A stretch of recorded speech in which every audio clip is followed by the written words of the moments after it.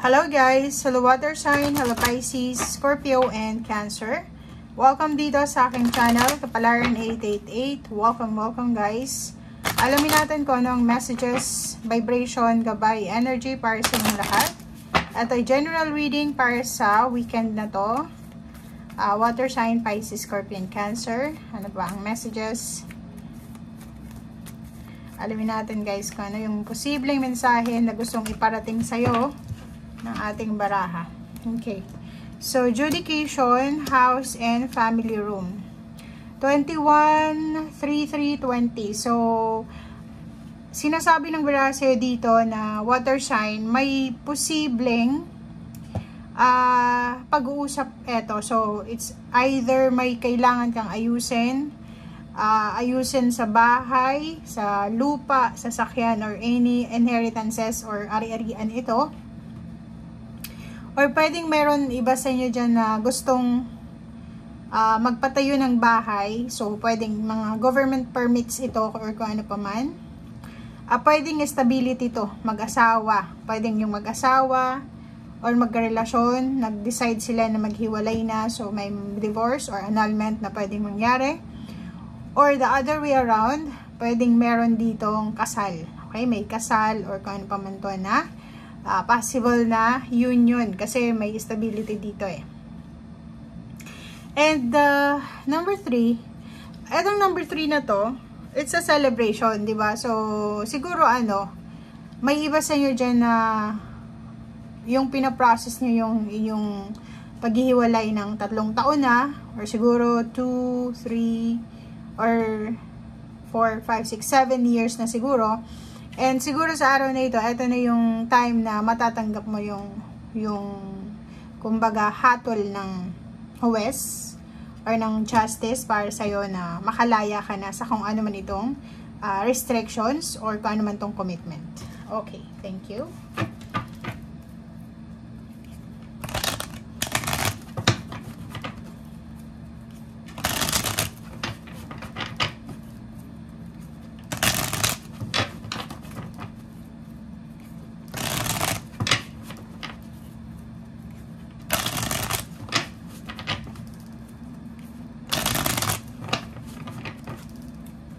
Okay, water sign, Pisces, Scorpio, and Cancer.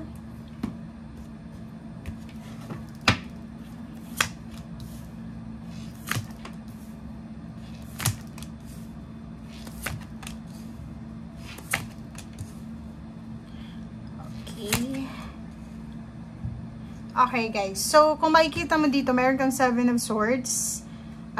Meron ka ditong 2 of Swords. 4 of Pentacles, 10 of Swords, and King of Wands. Mag-iingat ka sa araw na ito kasi posibleng sa relationship, meron ditong mga possible na temptation. Or pwedeng sa relationship may gustong agawin kung sino. Like ikaw, gusto kang agawin sa asawa mo, sa boyfriend mo, sa girlfriend mo, or kung kanino man, or the other person, or yung person mo gustong agawin sa'yo. Okay? Nakikita natin dito na simula sa weekend na to, yung thought, or yung anong tinatawag ng sa Tagalog nato, yung pakiramdam na kailangan mong makapag-ipon, kailangan mong makapag-impok ng pera, ay yun yung pwedeng priority mo sa ngayon. Meron kang 2 of Swords dito.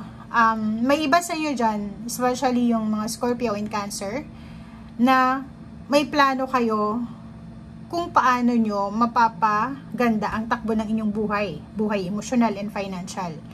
But ang problem dito is meron ka din na hesitation, meron ka din na procrastination. So, like, gusto mong mag-travel, gusto mong lumipat ng lugar para doon kumita ng mas malaki, but may but ka. So, but kailangan kong mag-stay dito sa lugar na to kasi dito ako komportable. Parang ganun. And, sa araw na ito, mayroon ka din na, kumbaga, bagong desisyon na kailangan mo nang makaalis sa lugar, sitwasyon, relationship commitment na hindi na belong para sa'yo. Itong 10 of Swords. So, freedom. Freedom from stress, from anxiety, from depression, from toxic relationship, toxic environment. So, lahat ng klase ng toxicity or lahat ng klase ng hindi maganda sa pakiramdam ay gusto mo nang layasan, alisan, parang gano'n. Okay?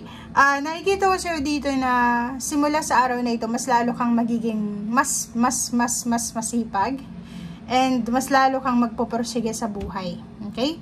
Ingat lang kasi may mga tao sa paligid mo na hindi sila masaya sa kung ano yung meron ka sa ngayon. May mga taong lihim na gumagawa ng hakbang laban sa'yo para ibagsak ka. Parang ganun. Nakikita mo to, na 7 of Swords na to, pwedeng mayroon kang mga air signs na energy sa katabi mo, sa harap mo, or close mo, or any zodiac signs na sobra-sobra yung inggit sa'yo eh. Hindi siya makapaniwala, like, parang iniisip niya na bakit kaya ito si water sign, palaging pinagpapala.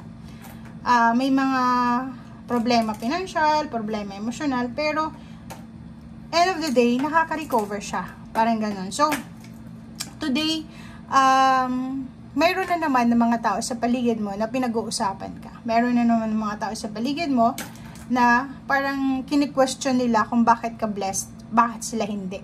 Parang ganun. So, comment down below guys if nararamdaman mo na may umiiwas sa'yo, nararamdaman mo na pinag-uusapan ka, yun nga yung sinasabi sa'yo for the past few months na umiwas ka sa mga taong group. Yung may mga groupings sila. Mga group, may mga GC, umiwas ka sa ganon. Kasi hindi daw yun makakabuti sa'yo sa mental health mo and sa emotional health mo. Okay, so yun. Meron ka ditong Wheel of Fortune. Sinasabi ng baraha sa'yo na malaki yung chance na magbago yung takbo ng buhay mo ngayong 2024. So, ihanda mo ang sarili mo para sa napaka-huge na pagbabago ito. Sa lahat ng area sa buhay mo, maraming magbabago, marami ka din na pagbabago na gagawin sa buhay mo. Parang, etong taon na ito ito yung taon ng pagbabago sa buhay mo, na hindi mo ini-expect.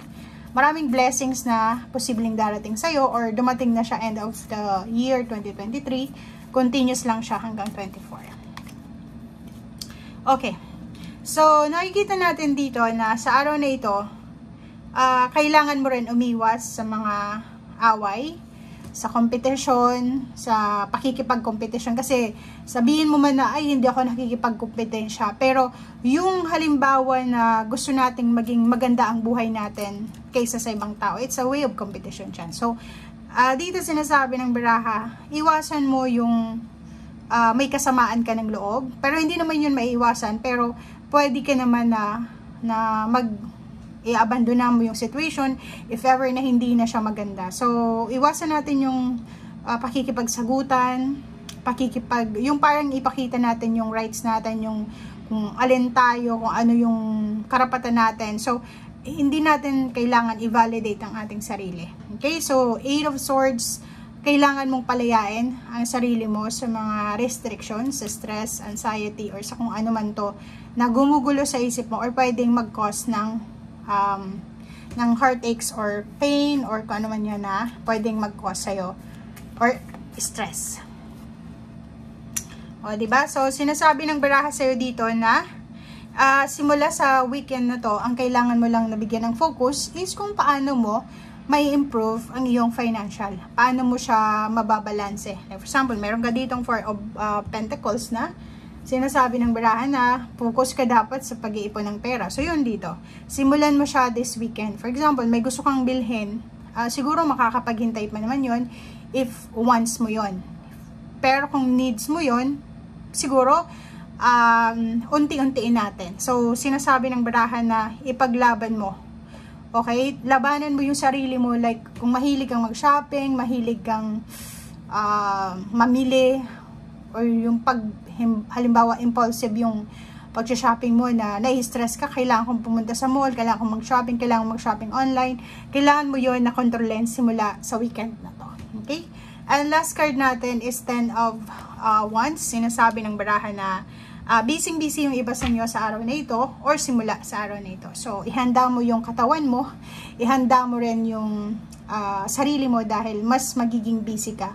And simula siguro June, July, August, September, October onwards, yan yung peak season para sa'yo na magiging sobrang busy ka. Okay? Thank you guys. Bye!